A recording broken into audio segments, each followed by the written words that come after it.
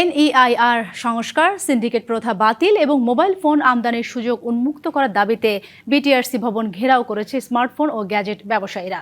সড়ক অবরোধ করে চলছে বিক্ষোভ সমাবেশ। দর্শক, সেখানকার সর্বশেষ পরিস্থিতি জানাতে যুক্ত হচ্ছেন সহকর্মী অজিত সরকার। সরাসরি চলে যাচ্ছি তার কাছে। অজিত, জানাবেন মোবাইল ব্যবসায়ীদের কর্মসূচি এবং যান চলাচল পরিস্থিতির সর্বশেষ কি তথ্য আছে আপনার কাছে?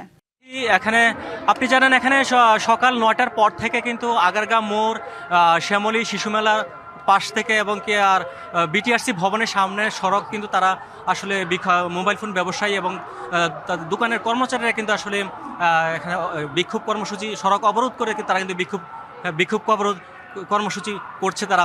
আর এখানে বিটিআরসির সাথে মোবাইল ফোন ব্যবসায়ীদের প্রতিনিধি দলের কিন্তু সন্ধ্যা 6টায় একটা বৈঠক হওয়ার কথা ছিল, কিন্তু সেই বৈঠক কিন্তু আসলে ফলপ্রসূ হয়নি।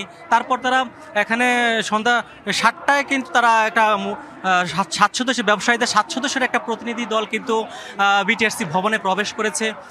এখানে বিটিআরসি কর্তৃপক্ষ, এনবিআর সদস্য এবং ব্যবসায়ীদের 7 সদস্যের প্রতিনিধি দলের একটা বৈঠক হওয়ার কথা আছে, সেই জন্য তারা কিন্তু এখান থেকে ভিতরে প্রবেশ করতে আমরা কিন্তু দেখেছি।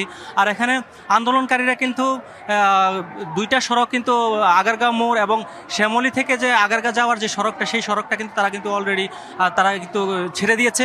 এখন তারা অবস্থান করছে বিটিআরসি ভবনের সামনের সড়কে। সেই সড়কটা এখনও কিন্তু সড়কটা অবরোধ করে তারা এখানে বিক্ষোভ করছে এবং কি বিটিআরসি ভবনের সামনে তারা কিন্তু আসলে সবাই জড়ো হয়েছে। তারা যেটি বলছেন, তাদের এনআইআরসি এবং কি যে সিন্ডিকেট প্রথা বাতিল এবং যে বৈধ পথে বিদেশ থেকে যে মোবাইল যে আমদানি করা, সেটা যেন উন্মুক্ত করা হয়, তাদের সেই দাবিতে কিন্তু তারা আসলে অনড় অবস্থানে আছে। তারা পরবর্তীতে তারা আসলে তাদের দাবি না মানা হলে তারা আরও কঠোর আন্দোলনে যাওয়ার কিন্তু তারা হুঁশিয়ারি দিচ্ছে। তারা এখানে কিন্তু সন্ধ্যার পরে কিন্তু আন্দোলনকারীদের নতুন এবং ফিরে আসা গ্রাহকদের জন্য নগদে চলছে ক্যাশব্যাক সহ প্রতিদিন হাজারো উপহার জেতার সুযোগ। হবে আশা আর ফেরা, সারপ্রাইজ সেরা। তারা কিন্তু এখানে জড়ো হতে শুরু করেছেন এবং তাদের সংখ্যা কিন্তু বাড়ছেই। আর সে কারণে কিন্তু এখানে কিন্তু যৌথ বাহিনীর লোকজন কিন্তু কঠোর অবস্থানে কিন্তু নিয়েছেন বিটিআরসি ভবনের সামনে এবং ভেতরে কিন্তু যৌথ বাহিনীর লোকজন কিন্তু কঠোর অবস্থান নিয়েছেন। আন্দোলনকারী আসলে যেমনটি বলছেন, তারা আসলে পরবর্তী তারা বৃহৎ আন্দোলনে যাওয়ার তারা প্রস্তুতি তারা নেবেন এবং তারা তাদের দাবি পূর্ণ না হলে তারা পরবর্তীতে শাহবাগে তারা অবস্থান নেবেন, এমনটি আমাদেরকে তারা বলছেন। আমরা আসলে একটু কথা বলার চেষ্টা করব। আপনাদের দাবিগুলো কি কি, আর আপনারা আসলে পরবর্তী কর্মসূচি আর দাবিগুলো যে আজকে যদি ফলপ্রসূ কোনো সিদ্ধান্ত না আসে, আপনারা পরবর্তীতে কি ধরনের কর্মসূচি নেবেন? আসলে দেখেন, আমরা এখানে কিন্তু শান্তিপূর্ণভাবে অবস্থান কর্মসূচি নিয়েছি।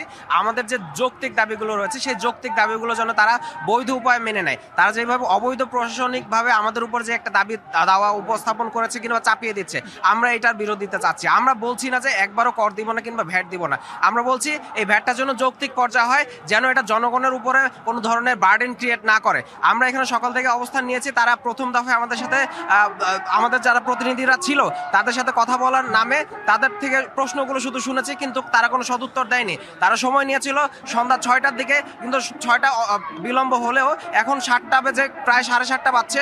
এখন পর্যন্ত আমরা আমাদের কোনো দাবি দেওয়ার পক্ষে কোনো ধরনের উপস্থাপনা তাদের পক্ষ থেকে পাইনি। এবং আমরা আজকে এইখানকার যদি আমাদের দাবি দেওয়াগুলো না মানা হয়, মুক্ত বাণিজ্য পথ খোলা রাখা না হয়, যৌক্তিক পর্যায়ে এই ভ্যাট যদি অসংখ্য ধন্যবাদ অজিত আপনাকে।